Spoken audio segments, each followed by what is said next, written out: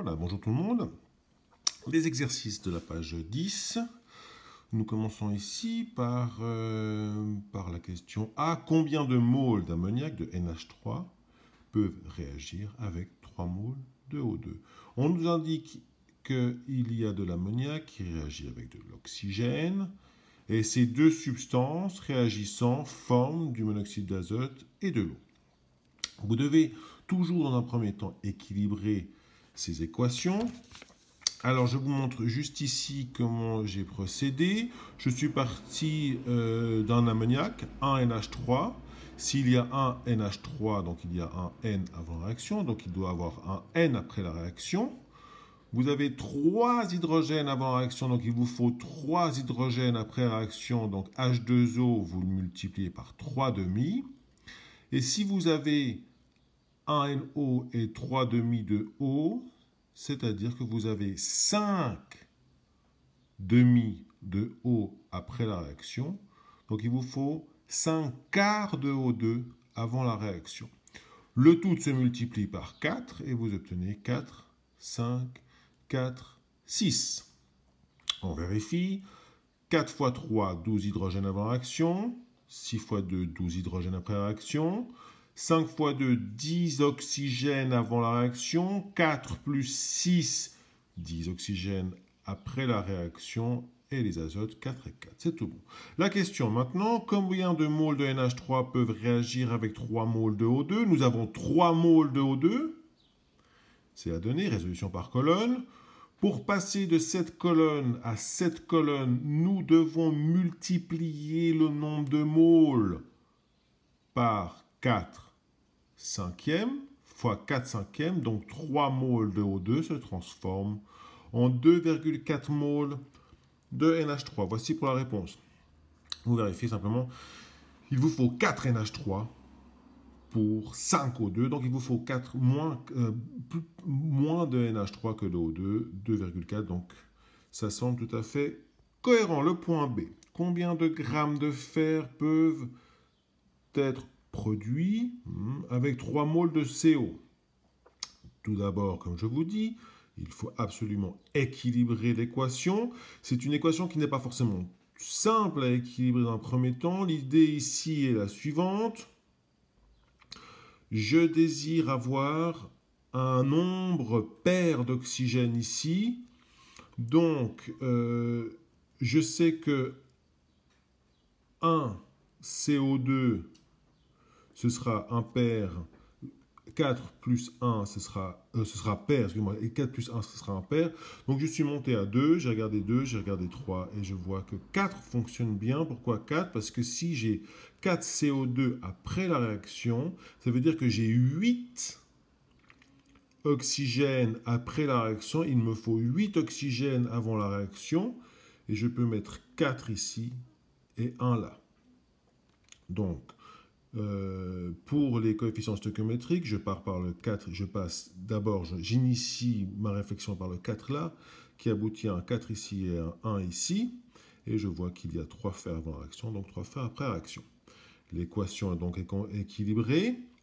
Combien de grammes de fer peuvent être produits avec 3 moles de CO? Nous avons donc 3 moles de CO. La quantité de moles de fer produit à partir, entre autres, de 3 moles de CO se trouve en multipliant ces 3 moles par 3 divisé par 4, donc fois 3 quarts. Voici donc la quantité de moles de fer que nous allons produire grâce à ces 3 moles de eau et en suffisance d'oxyde de fer.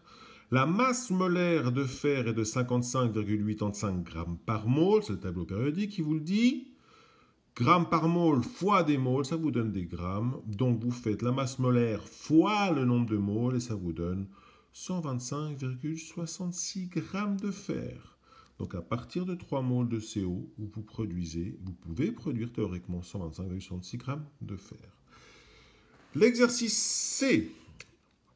Combien de grammes de cuivre, d'accord, nous cherchons ceci, peuvent être produits à partir d'un gramme de Cu2O, d'oxyde de cuivre.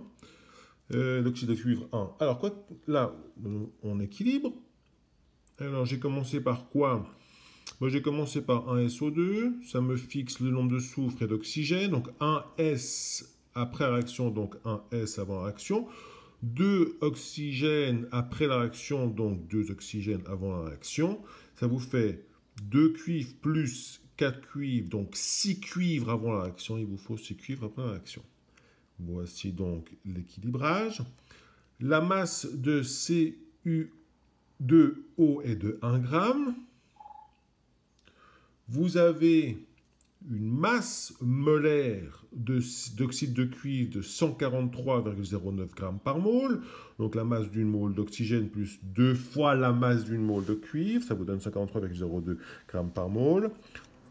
Là, vous avez des grammes, là, vous avez des grammes par mol. Vous divisez donc la masse de Cu2O par la masse molaire, et ça vous donnera donc des moles, et ça vous donne 6,99 millimoles, 0,00699 moles. Voici le nombre de moles de Cu2O que vous avez avant la réaction. Pour connaître combien de moles de cuivre cela peut générer, eh bien, vous le multipliez par 6,5.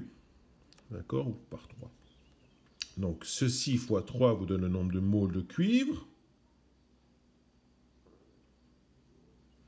Le nombre de moles de cuivre obtenu par cette réaction est de 0,021 moles. La masse molaire de cuivre est de 63,546 g par mole. Et donc, la masse de cuivre, la réponse à la question, la masse de cuivre que nous cherchons, que nous pouvons obtenir à partir de 1 g de Cu2O, est ceci fois ceci, 1,33 g de cuivre. Dernier exercice de cette vidéo.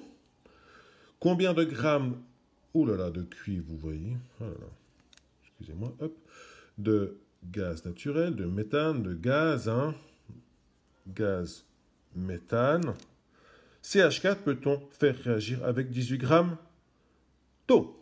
Alors, vous avez 18 grammes d'eau, donc déjà les coefficients stoichiométriques.